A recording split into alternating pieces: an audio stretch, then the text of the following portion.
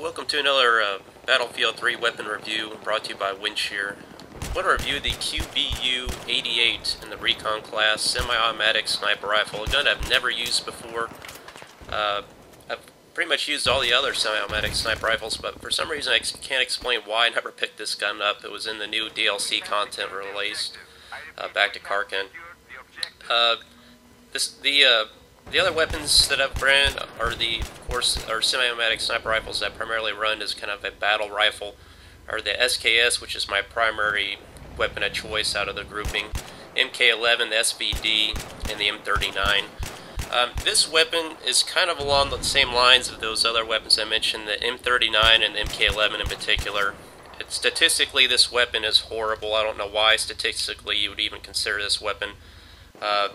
But again, I don't read too much into stats. I read into how the weapon feels and works for me. So that's what I'm compiling here, some clips for you.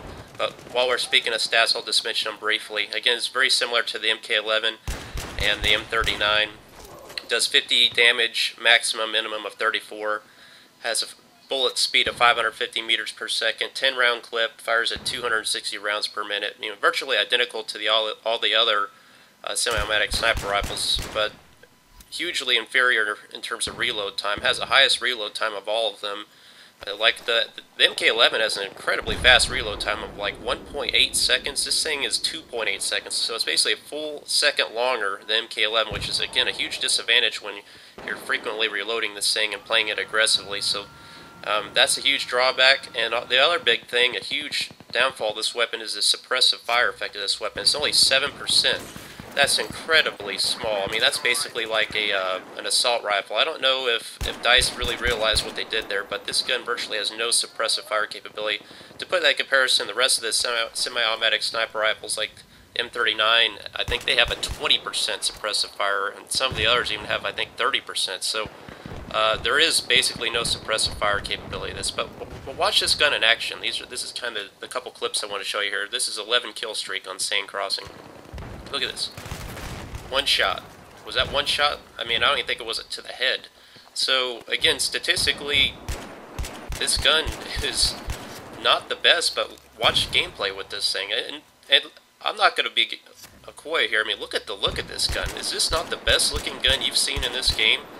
What is that? Some kind of lizard camo thing on this thing? I just love the look of this gun. It's kind of like an L85 hybrid. Look at that thing glimmering. I don't know what kind of camo they put on this thing, but it's the only weapon I see with any kind of camo. And the loadout I pretty much have on this in this clip, obviously, is a red dot sight. Don't even ask me about the iron sights, as you saw, they're horrible. A grip, and right now I have a flash suppressor. But later on in the match, or next clip, I'll show you this with the suppressor on. I think that's what I would recommend running with this gun, because it's really pretty beastie with that. The recoil on this is pretty much the same as the other semi-automatic rifles. It's significant. It has a considerable vertical climb on it. So again, you can have time your shots and all that. It's just, again, these weapons, I like to run them. Don't ask me why. Some people say it's role confusion, but they work for me. But look at this gun. That sidearm. That's going to be my new sidearm. The MP443 with a tack light.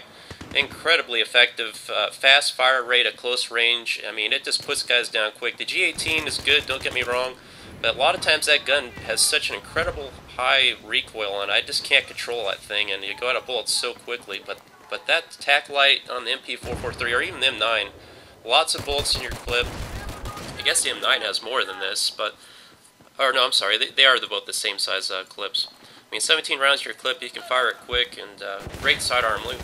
Predicaments like this, it seems to work for me.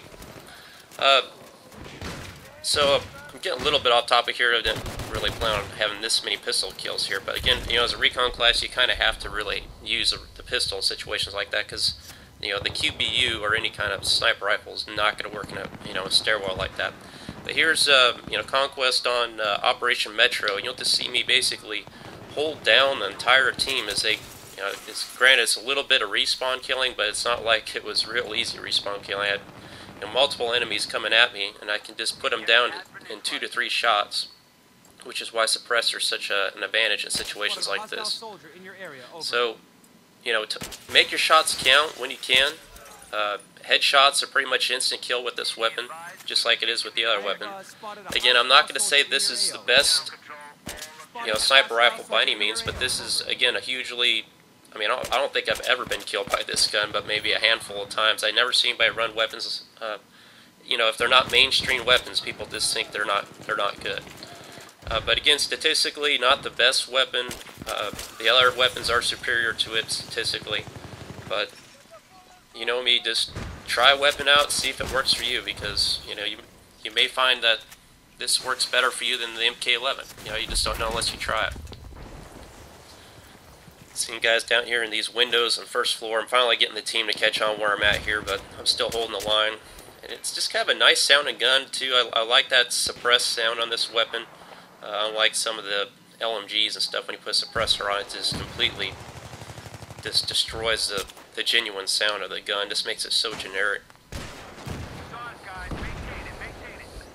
Also, I'm going to start encouraging more and more people that you might want to start running squad flak on your perks. That's people don't really pay much attention to their perks, but I'm finding out more and more that this is almost kind of like Call of Duty in a lot of ways. The noob tubing is just getting out of control now.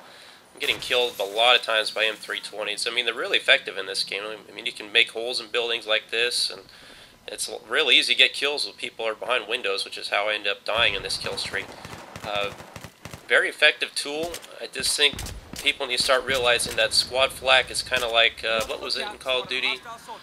I'm trying to remember what it was called, that perk that allows you to, it's kind of like Blast Shield, if I remember right, in Modern Warfare 2, where, you could survive basically a direct noob tube hit with a little bit of health left. I'm going to start encouraging people to start running that perk more. I think I'm going to start doing that myself more. I think that may be more advantageous than, say, squad suppression or squad cover, something like that. But again, here I am taking out snipers, with this weapon, and granted, they're not the best. This is, again, it's a little bit spawn campage here, but, I mean, do what you can, and this gun's certainly capable of holding down this range. I mean, I would classify these as long-range shots, which is, again, not where these weapons really shine. But you're still able to keep the enemy's head down. You got 10 rounds in your clip, and if you can pull off a headshot, it's going to be pretty much a lethal hit.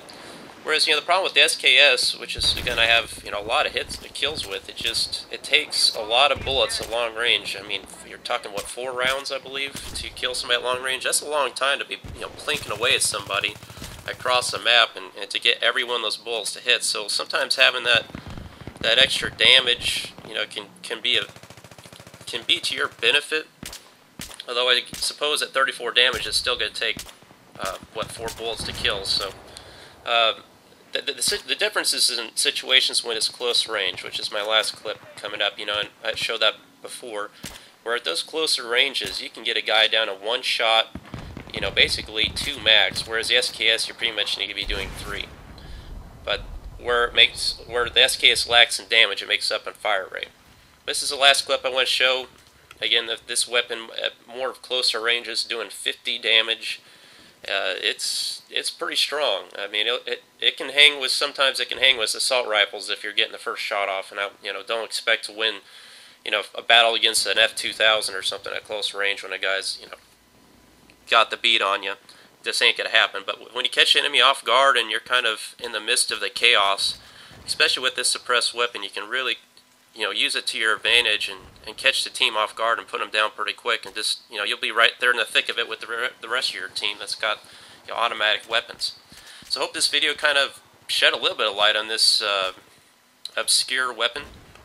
Don't discount it too much. It's not the. I mean, look at that. What was that? Maybe that guy had some damage already on him, but it's a beastly gun still in some ways. I hope you guys liked the video. Please subscribe if it liked you out. Check out my other videos now with clan matches and competitive gaming that we have going on. I'll have more of that to come, and thanks for watching.